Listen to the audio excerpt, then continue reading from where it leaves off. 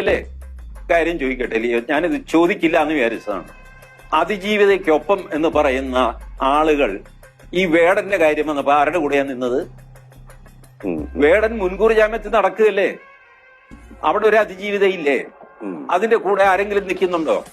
ആ വേടന് നിങ്ങൾ സംസ്ഥാന അവാർഡ് കൊടുത്തു, സത്യമല്ലേ? സിനിമാ പാട്ടിനുള്ള അവാർഡ് നിങ്ങൾ കൊടുത്തത് ഈ ബലാത്സംഗ കേസിൽ മുൻകൂർ ജാമ്യത്തിൽ നിൽക്കുന്ന ഒരു തെമ്മാടിക്കാണ് നിങ്ങൾ സംസ്ഥാന അവാർഡ് കൊടുത്തത്. എന്നിട്ട് അതിജീവിതയ്ക്കൊപ്പം എന്ന് പറയുന്നു.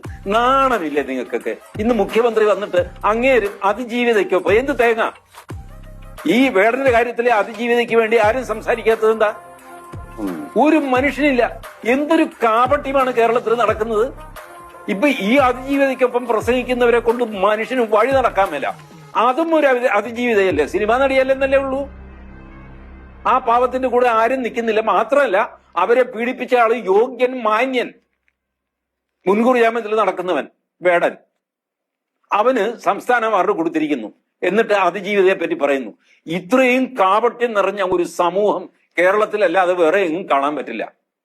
ഞാനിത് ചോദിക്കില്ല, പറയില്ല. അത് ലിയോ എന്നെ കൊണ്ട് പറയിപ്പിക്കുകയാണ്. നൗ ടെൽ മീ, നിങ്ങൾ എവിടെയാണ് അതിജീവിതയ്ക്കൊപ്പം നിന്നത്?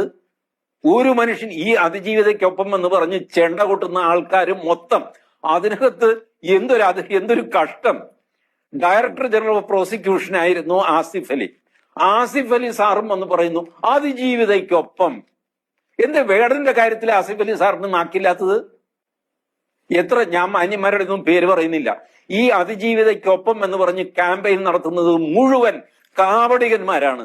അല്ലെങ്കിൽ ഈ വേടന്റെ കാര്യം വന്നപ്പോ ഇവര് ശബ്ദം ഉയർത്തണമായിരുന്നു. എവിടെ പോയി ഇവരുടെയൊക്കെ ശബ്ദം?